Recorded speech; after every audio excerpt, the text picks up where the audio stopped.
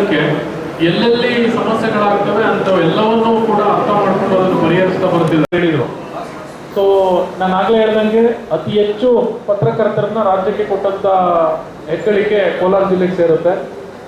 ಇಂಥ ಸಂದರ್ಭದಲ್ಲಿ ಪತ್ರಿಕೋದ್ಯಮಕ್ಕೆ ಸ್ಟೂಡೆಂಟ್ಸ್ಗಳ ಕೊರತೆ ಇದೆ ಅನ್ನೋದು ತುಂಬಾ ಬೇಸರದ ಸಂಗತಿ. ಸೊ ಇವತ್ತು ಪತ್ರಿಕೋದ್ಯಮದಲ್ಲಿ ಜನರ ಕೊರತೆ ಇದೆ, ಅನುಭವಿ ಪತ್ರಕರ್ತರ ಕೊರತೆ ಇದೆ. ದಿನಕ್ಕೆ ಒಂದು 10 ಜನ ಎಕ್ಸಾಮ್ ಬರೆದ್ರೆ ಒಬ್ಬರು ಸೆಲೆಕ್ಟ್ ಆಗಿದ್ರೆ ಕಷ್ಟ ಅನ್ನೋ ಥರದ ಸ್ಥಿತಿ ಇದೆ. ಅಂಥ ಸಂದರ್ಭದಲ್ಲಿ ನಮಗೆ ಪ್ರತಿಭಾನ್ವಿತರು ಬರೋವಂಥದ್ದು ಈ ನೆಲದಿಂದ. ಸೊ ನಮ್ಮ ಪೋಷಕರು, ಪಾಲಕರು, ಇಲ್ಲಿ ನೆರೆದಿರುವಂಥ ಪತ್ರಿಕೋದ್ಯಮಿಗಳು, ಪತ್ರಕರ್ತ ಮಿತ್ರರು ಸೊ ಸ್ವಲ್ಪ ಎಫರ್ಟ್ ಹಾಕಿ ಪತ್ರಿಕೋದ್ಯಮಕ್ಕೆ ಹುಡುಗರು ಬರಲಿಕ್ಕೆ ಒಂದು ಸ್ವಲ್ಪ ಪ್ರೋತ್ಸಾಹ ಕೊಡುವಂಥ ಅವಶ್ಯಕತೆ, ಅಗತ್ಯತೆ ಕೂಡ ಇವತ್ತಿನ ದಿನಗಳಲ್ಲಿದೆ. ಪತ್ರಿಕೋದ್ಯಮ ಅಂದರೆ ನಾವು ಪತ್ರಿಕೋದ್ಯಮ ಓದಿದ ತಕ್ಷಣ ಬರೀ ಪ್ರಿಂಟ್ ಮೀಡಿಯಾ, ಎಲೆಕ್ಟ್ರಾನಿಕ್ ಮೀಡಿಯಾದಲ್ಲಿ ಕೆಲಸ ಮಾಡಬೇಕು ಅಂತೇನಿಲ್ಲ. ಬೇರೆ ಬೇರೆ ಸೆಕ್ಟರ್ಗಳಲ್ಲಿ ತುಂಬ ಒಳ್ಳೆಯ ಅವಕಾಶಗಳು ಇವತ್ತಿದ್ದಾವೆ. ಸೊ ಅದು ಪ್ರೈವೇಟ್ ಸೆಕ್ಟರ್ ಇರ್ಬೋದು, ಕೆಲವು ನೀವು ಗಮನಿಸಿದ್ರೆ ನಮ್ಮ ಲಕ್ಷ್ಮೀನಾರಾಯಣ ಸೇರಿದಂತೆ ಅನೇಕ ಮಿತ್ರರು ಇವತ್ತು ಸುಮಾರು ಮಿನಿಸ್ಟ್ರಿಗಳಲ್ಲಿ ಮಾಧ್ಯಮ ಸಲಹೆಗಾರರಾಗಿ ಕೆಲಸ ಮಾಡ್ತಿದ್ದಾರೆ. ಅಂದ್ರೆ ಅನಿವಾರ್ಯತೆ, ಅವಶ್ಯಕತೆಗಳು ತುಂಬಾ ಇದ್ದಾವೆ. ಕೊಡುವಂತ ಕೆಲಸವನ್ನ ನಾವು ಮಾಡಬೇಕಾಗಿದೆ ಇವತ್ತು. ಹಾಗಾಗಿ ಪ್ರತಿಭಾನ್ವಿತರಿಗೆ ಅವಕಾಶಗಳಿದ್ದಾವೆ, ಅವರು ಅಲ್ಲಿಗೆ ಕಳಿಸುವಂತ ಕೆಲಸಗಳಾಗಬೇಕು. ಈಗ ಏನಾಗ್ತಿದೆ ಅಂತಂದ್ರೆ ಪ್ರತಿ ಯೂನಿಯನ್ನಲ್ಲಿ ತುಂಬಾ ಜನ ಸ್ಟೂಡೆಂಟ್ಸ್ಗಳಿಗೆ ಇಲ್ಲಿ ಪ್ರತಿಭಾ ಪುರಸ್ಕಾರ ಇದೆ. ನೀವೇನಾಗ್ತೀರಾ ಅಂತ ಕೇಳಿದ್ರೆ ಡಾಕ್ಟರ್, ಇಂಜಿನಿಯರ್ಗಳು ಮಾತ್ರ ಹೇಳ್ತಾರೆ. ದಯವಿಟ್ಟು ನಾವು ಪತ್ರಕರ್ತರಾಗಬೇಕು ಅನ್ನೋ ಮಾತನ್ನು ಕೂಡ ನೀವು ಹೇಳ್ಬೇಕಾಗುತ್ತೆ. ಸೊ ನನಗೆ ಹಿರಿಯರಾದಂಥ ಅನಂತರಾಮ ಸರ್ ಇದ್ದಾರೆ, ಅವರು ಕೂಡ ಈ ಯುವ ಪತ್ರಕರ್ತರಿಗೆ ತರಬೇತಿ ಕೆಲಸವನ್ನು ಕೊಡುವಂಥ ಕೆಲಸವನ್ನ ಆರಂಭ ಮಾಡಿದ್ರು. ಸೊ ನಿರೀಕ್ಷಿತ ಮಟ್ಟದಲ್ಲಿ ಫಲಿತಾಂಶ ಸಿಗಬೇಕು ಅಂತಂದ್ರೆ ಆಸಕ್ತಿ ಕೂಡ ಇಂಪಾರ್ಟೆಂಟ್ ಆಗುತ್ತೆ. ಸೊ ಆ ಥರದ ಕೆಲಸ ಆಗಬೇಕು ಅಂತಂದ್ರೆ ನಮ್ಮ ಮನೆಯಲ್ಲಿ ನಾವು ಪತ್ರಕರ್ತರನ್ನ ಸೃಷ್ಟಿ ಮಾಡುವಂಥ ಕೆಲಸವನ್ನ ಮಾಡಬೇಕು. ಈ ಒಂದು ತಲೆಮಾರು ಮುಗಿದ್ರೆ ಮುಂದಿನ ತಲೆಮಾರಿಗೆ ಯುವ ಪತ್ರಕರ್ತರು ಎಲ್ಲಿದ್ದಾರೆ ಅಂತಂದ್ರೆ ಹುಡುಕುವಂಥ ಪರಿಸ್ಥಿತಿ ಬಂದಿದೆ. ಸೊ ನಾನು ಆಗಲೇ ಹೇಳಿದಾಗೆ ಸೊ ಬರೀ ಪತ್ರಕರ್ತರನ್ನ ಮಂಗಳೂರು ಮತ್ತೆ ಉತ್ತರ ಕನ್ನಡ ಜಿಲ್ಲೆಯಿಂದ ಮಾತ್ರ ನಾವು ತಗೊಳ್ತಾ ಇದೀವಿ ಈಗ ರಾಜ್ಯ ಮಟ್ಟದ ಪತ್ರಿಕೆಗಳಲ್ಲಿ. ಅದು ಅಲ್ಲಿಗೆ ಸೀಮಿತ ಆಗಬಾರ್ದು. ಬಯಲುಸೀಮೆಯಿಂದ, ಕೋಲಾರದಂಥ ಜಿಲ್ಲೆಯಿಂದ ಒಳ್ಳೆಯ ಪ್ರತಿಭಾನ್ವಿತರು, ಪ್ರತಿಭಾವಂತರು ನಮಗೆ ಬೇಕಾಗಿದೆ. ಸೊ ರಾಜ್ಯ ಮಟ್ಟದ ಪತ್ರಿಕೆಗಳಿಗೆ ಅವಶ್ಯಕತೆ ತುಂಬಾ ಇದೆ. ಕೋಲಾರ ಜಿಲ್ಲಾ ಕಾರ್ಯರತ ಪತ್ರಕರ್ತರ ಸಂಘ ಈ ಒಂದು ಕಟ್ಟಡಕ್ಕೆ, ನಮ್ಮ ಸಂಘಕ್ಕೆ ಕಳೆದ ಸರಿ ದಾವಣಗೆರೆಯಲ್ಲಿ ನಡೆದಂಥ ಸಮ್ಮೇಳನದಲ್ಲಿ ರಾಜ್ಯದಲ್ಲಿ ನಂಬರ್ 1 ಪತ್ರಿಕಾ ಭವನ ಅನ್ನೋ ಒಂದು ಹೆಸರನ್ನು ಸಿಕ್ಕಿದೆ. ಅದು ಪ್ರಸ್ತುತ ಅವರು ಕೂಡ, ಯಾಕೆಂದರೆ ನಾನು ರಾಜ್ಯದ ಎಲ್ಲ ಜಿಲ್ಲೆಗಳು ಸುತ್ತಿದ್ದೀನಿ, ಇಷ್ಟೊಂದು ಭವ್ಯವಾದ ಕಟ್ಟಡ ಇಲ್ವಾಗಿಲ್ಲ. ಈಗಾಗಲೇ ಗಣೇಶ್ ಒಂದು ಮಾತು ಹೇಳಿದ್ರು, ನಾವು ಯಾರ ಹತ್ರನೂ ಅನುದಾನ ಅಪೇಕ್ಷೆ ಪಡ್ತಾ ಇಲ್ಲ ಅಂತ. ಖಂಡಿತ ಪ್ರತಿಯೊಂದು ಸಮಾರಂಭ ನಡೆದಾಗ ಸಾಮಾನ್ಯ ಚೆನ್ನೇಗೌಡರಿಗೆ ಇದು ಗೊತ್ತಿರುತ್ತೆ, ಅಲ್ಲಿ ರಾಜಕಾರಣಿಗಳಿರ್ತಾರೆ, ಎಲ್ಲ ಕಡೆಯಿಂದ ಅನುದಾನ ಬರುತ್ತೆ. ನಮ್ಮಲ್ಲಿ ಮಾತ್ರ ಇವತ್ತಿನವರೆಗೆ ಯಾವುದೇ ಅನುದಾನ ಯಾರ ಹತ್ರನೂ ಪಡೀತಾ ಇಲ್ಲ. ಇದು ಬೇರೆ ಜಿಲ್ಲೆಗಳಿಂದ ಇದು ಆಗ್ತಾ ಇಲ್ಲ ಅನ್ನೋದು ನನ್ನೊಂದು ಅನಿಸಿಕೆ. ಮುದ್ರಣ ಮಾಧ್ಯಮಕ್ಕೆ ಇರುವಂತಹ ಸವಾಲುಗಳ ಬಗ್ಗೆ, ಮುಖ್ಯವಾಗಿ ಪತ್ರಿಕೆ ಹಾಗೂ ಒಟ್ಟಾರೆ ಮುದ್ರಣ ಮಾಧ್ಯಮಕ್ಕೆ ಇವತ್ತು ಇರುವಂತಹ ಸವಾಲುಗಳ ಕುರಿತು ಒಂದೆರಡು ಮಾತುಗಳನ್ನ ಇಲ್ಲಿ ಆಡಲಿಕ್ಕೆ ಬಯಸ್ತೇನೆ. ನನ್ನ ಗಮನಕ್ಕೆ ಬಂದಿದೆ, ಇದು ಬರೀ ಪತ್ರಿಕಾ ದಿನ ಅಲ್ಲ, ಇದು ವೈದ್ಯರ ದಿನ ಕೂಡ. ಇವತ್ತು ಜುಲೈ 1ನೇ ತಾರೀಕು ವೈದ್ಯರ ದಿನ ಕೂಡ, ಹಾಗೆ ಇದು ಲೆಕ್ಕಾಧಿಕಾರಿಗಳ ದಿನ ಕೂಡ ಅಂತ ಹೇಳ್ತಾರೆ. ವೈದ್ಯರ ದಿನ ನನಗೆ ಏನನ್ನಿಸ್ತು ಅಂತಂದ್ರೆ, ವೈದ್ಯರು ನಮ್ಮ ದೇಹದ ಮೇಲೆ, ದೇಹಕ್ಕೆ ಒಳಿತಾಗುವ ಹಾಗೆ ಕೆಲಸ ಮಾಡ್ತಾರೆ. ಪತ್ರಕರ್ತರು ಕೂಡ ಒಂದು ರೀತಿಯಲ್ಲಿ ವೈದ್ಯರೇ, ಸಮಾಜದ ವೈದ್ಯರು. ಇವರು ಸಮಾಜಕ್ಕೆ ವೈದ್ಯರಾಗಬೇಕಾದವರು ಪತ್ರಕರ್ತರು. ಮೂಲತಃ ಹೇಗೆ ವೈದ್ಯರು ರೋಗಿಯ ನಾಡಿಯನ್ನ ಮೊದಲು ನೋಡ್ತಾರೋ, ಹಾಗೆ ಸಮಾಜದ ನಾಡಿ ಮಿಡಿತವನ್ನ ಅರ್ಥ ಮಾಡ್ಕೋಬೇಕಾದವರು ಪತ್ರಕರ್ತರು. ಇವರು ಕೂಡ ಸಮಾಜದ ವೈದ್ಯರು. ಹಾಗಾಗಿ ಈ ವೈದ್ಯರ ದಿನದಲ್ಲಿ ಸಮಾಜದ ವೈದ್ಯರಾದಂಥ ಪತ್ರಕರ್ತರು ವೈದ್ಯರಾಗಿ ಮುಂದುವರಿಲಿ ಅನ್ನುವಂಥ ಮಾತನ್ನ ಇಲ್ಲಿ ಹೇಳಲಿಕ್ಕೆ ಸಮಾಜದ ವೈದ್ಯರಾಗಿ ಪತ್ರಕರ್ತರು ಬಹುಕಾಲ ನೆಲೆಸಲಿ, ಆ ಜವಾಬ್ದಾರಿಯನ್ನು ಹೊರಲಿ ಅನ್ನುವಂಥ ಮಾತನ್ನ ಹೇಳಲಿಕ್ಕೆ ಬಯಸ್ತೇವೆ. ಇಡೀ ಮಾಧ್ಯಮ ಲೋಕವೇ ಇವತ್ತು ಬದಲಾವಣೆಯ ಹಂತದಲ್ಲಿ, ಬದಲಾವಣೆಯ ಮೊದಲಿನಲ್ಲಿದೆ. ಆವಾಗ ಬರೇ ಮುದ್ರಣ ಮಾಧ್ಯಮ ಅಂತ ನಾವು ಹೇಳಲಿಕ್ಕೆ ಆಗೋದಿಲ್ಲ. ಇಡೀ ಮಾಧ್ಯಮ ಲೋಕವೇ ಕಳೆದ 3-4 ವರ್ಷದಲ್ಲಂತೂ ಹೇಗೆ ಬದಲಾವಣೆ ಹೊಂದಿದೆ.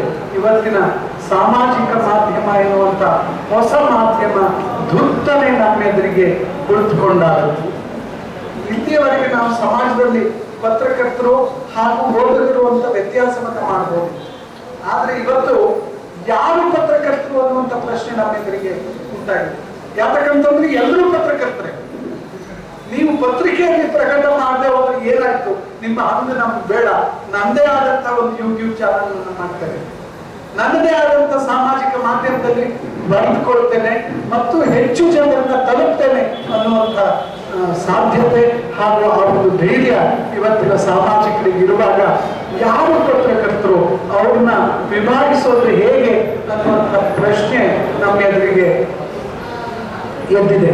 ನಾನು ಹಿಂದೆ ಪಟ್ಟಣದಲ್ಲಿ 24 ವರ್ಷ, 24ನೇ ವರ್ಷ, 25 ವರ್ಷಗಳ ಹಿಂದೆ ನಾವೇನು ಕನಸು ಕಂಡಿದ್ವಿ, ಆ ಕನಸು ಇವತ್ತಿಗೆ ನನಸಾಗಿದೆ. ಯಾವುದು ಸ್ವಂತ ಶಕ್ತಿಯ ಮೇಲೆ ಪತ್ರಕರ್ತರ ಸಂಘವನ್ನು ನಡೆಸಬೇಕು, ಪತ್ರಕರ್ತರಿಗೆ ತನ್ನದೇ ಆದಂತಹ ಒಂದು ಮನೆಯನ್ನ ಮಾಡಬೇಕು ನಮ್ಮೆಲ್ಲ ಪತ್ರಕರ್ತರಿಗೆ ಅನ್ನುವಂಥದ್ದು ಆ 2 ಆಶಯಗಳು ಈಡೇರಿದೆ. ಇನ್ನು ಉಳಿದಿರುವಂಥದ್ದು ಬಹುತೇಕ ನಮ್ಮ ಅವಧಿಯ ಕೊನೆಯ ಪತ್ರಿಕಾ ದಿನಾಚರಣೆ, ಮುಂದಿನ ವರ್ಷ ಪತ್ರಿಕಾ ದಿನಾಚರಣೆ ಹೊತ್ತಿಗೆ ಚುನಾವಣೆ ಬಂದಿರುತ್ತೆ.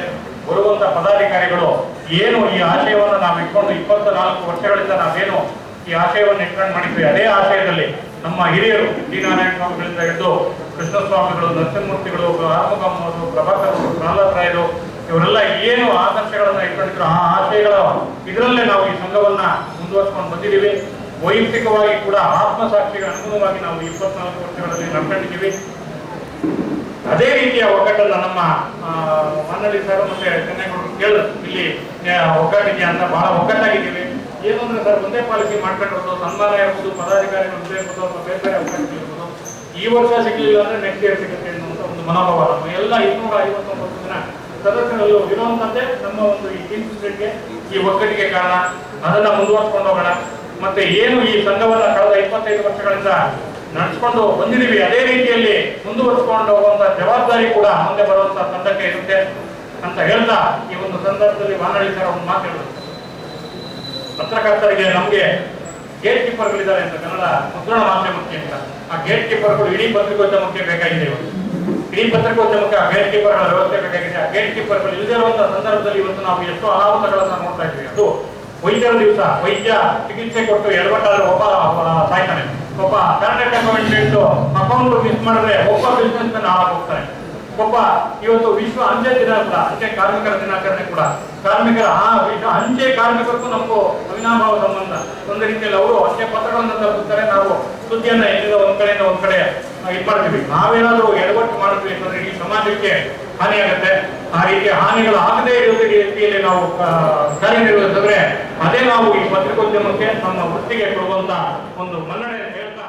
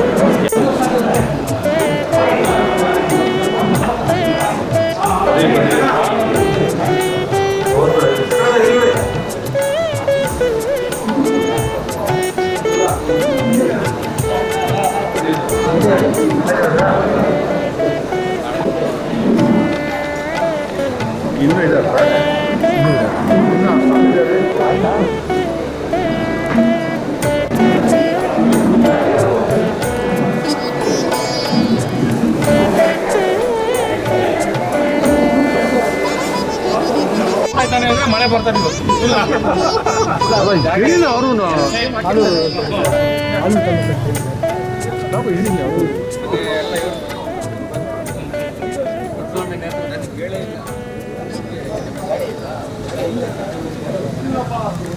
ಇದು ನಾನು ಓದಿದ ಶಾಲೆ.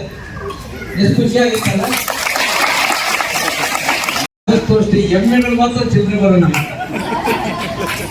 ಮನುಷ್ಯರ ಚಿತ್ರ ಬರ್ಬೋದು, ಯಾಕಂದ್ರೆ ಚಿತ್ರ ಮನುಷ್ಯರು ಒಳಗಡೆ ಇರ್ತಾರೆ, ಆ ಚಿತ್ರ ಜನ ಇರ್ತಾರೆ.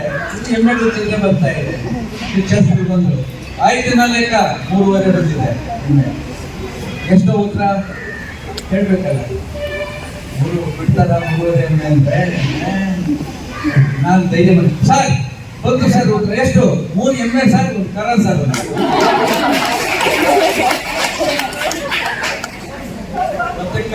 ಮತ್ತೆ ಸ್ವಲ್ಪ ಸ್ಟಾಪ್ಸಿಂಗ್ ನಮಗೆ ಇಂಗ್ಲಿಷ್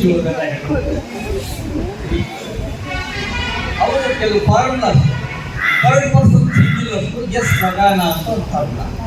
ಈಗ ಐ ಗೋ ಕರೆಕ್ಟಾ, ಯು ಗೋ ಕರೆಕ್ಟಾ, ಶಿ ಗೋಸ್ ಅಂದ್ರೆ ಅದು ಯಾಕೆಂದ್ರೆ 3rd ಪರ್ಸನ್ ಸಿಂಗ್ಯುಲರ್ ಆದ್ದರಿಂದ ಅದು ಎಸ್ ಸೇರ್ಬೇಕು. ಹಿ ವರ್ಕ್ಸ್ ಇಂಥ ಫಾರ್ಮುಲಾಗಳೆಲ್ಲ ಹೇಳ್ಕೊಟ್ಟಾರೆ. ಬಾಕ್ಸಿಂಗ್ ನೆಕ್ಸ್ಟ್ ನಮ್ಮನ್ನು ಹೊಡಿತಾ ಇದ್ರು ಅಂದರೆ ಯಾಕಂದ್ರೆ ಅಂದರೆ ಎಲ್ಲ ಇವತ್ತು ಏಟ್ಗಳು ತಿಂದವರೆಲ್ಲ ಸಮಾಜದಲ್ಲಿ ಪ್ರತಿಷ್ಠಿತ ವ್ಯಕ್ತಿಗಳಾಗಿದ್ದಾರೆ. ಒಂದು ಶಿಲೆಗೆ ಏಟ್ಗಳು ಜಾಸ್ತಿ ಬಿದ್ದಷ್ಟು ನನ್ನ ಕಾಲಿಗೆ ವರ್ಷಕ್ಕೊಂದ್ಸಲ ನಮಸ್ಕಾರ ಮಾಡ್ತಾರೆ. ಭೀಮ್ ಅಮಾವಾಸ್ಯೆ ಅಂತ ಹೇಳಿದ್ದೀರಾ? ಭೀಮಂಸ ಗೊತ್ತಾ? ವರ್ಷಕ್ಕೊಂದ್ಸಲ ಹಾಗೆ ನಮಸ್ಕಾರ ಮಾಡ್ತಾರೆ. ಆಗ ಅವರು ಸೀರೆ ಕೊಂಡ್ಕೊಳ್ಳೋದು 2,000 ರೂಪಾಯಿ ಕಂಡೀಷನ್. 2,000 ರೂಪಾಯಿ ನಾನು ಸೀರೆ ಕೊಂಡ್ಕೊಳ್ಳೋಕ್ಕೆ ಅವಕಾಶ ಕೊಟ್ಟರೆ ಅವರು ಕಾಲಿಗೆ ಪೂಜೆ ಮಾಡಿ ನಮಸ್ಕಾರ ಮಾಡ್ತಾರೆ. ಈ ಕೋವಿಡ್ ಟೈಮಲ್ಲಿ ಪಾಪ ಪಾಂಡ ನಿಂತೋಯ್ತು, ಸೀರೆಯಲ್ಲಿ ನಿಂತೋಯ್ತು, ಮಗಳ ಜಯಂತಿ ನಿಂತೋಯ್ತು, ಇನ್ಕಮ್ ಕಮ್ಮಿ ಆಗೋದು.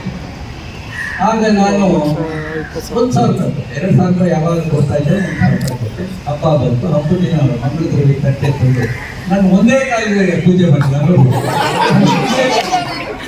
ಈ ಕಾಲಿಗೆ ಆಗಿದೆ. ಈಗ 2,000 ರೂಪಾಯಿ 2 ಕಾಲು, 1,000 ರೂಪಾಯಿ ಒಂದೇ ಕಾಲು. ಹೀಗೆ ನೀವು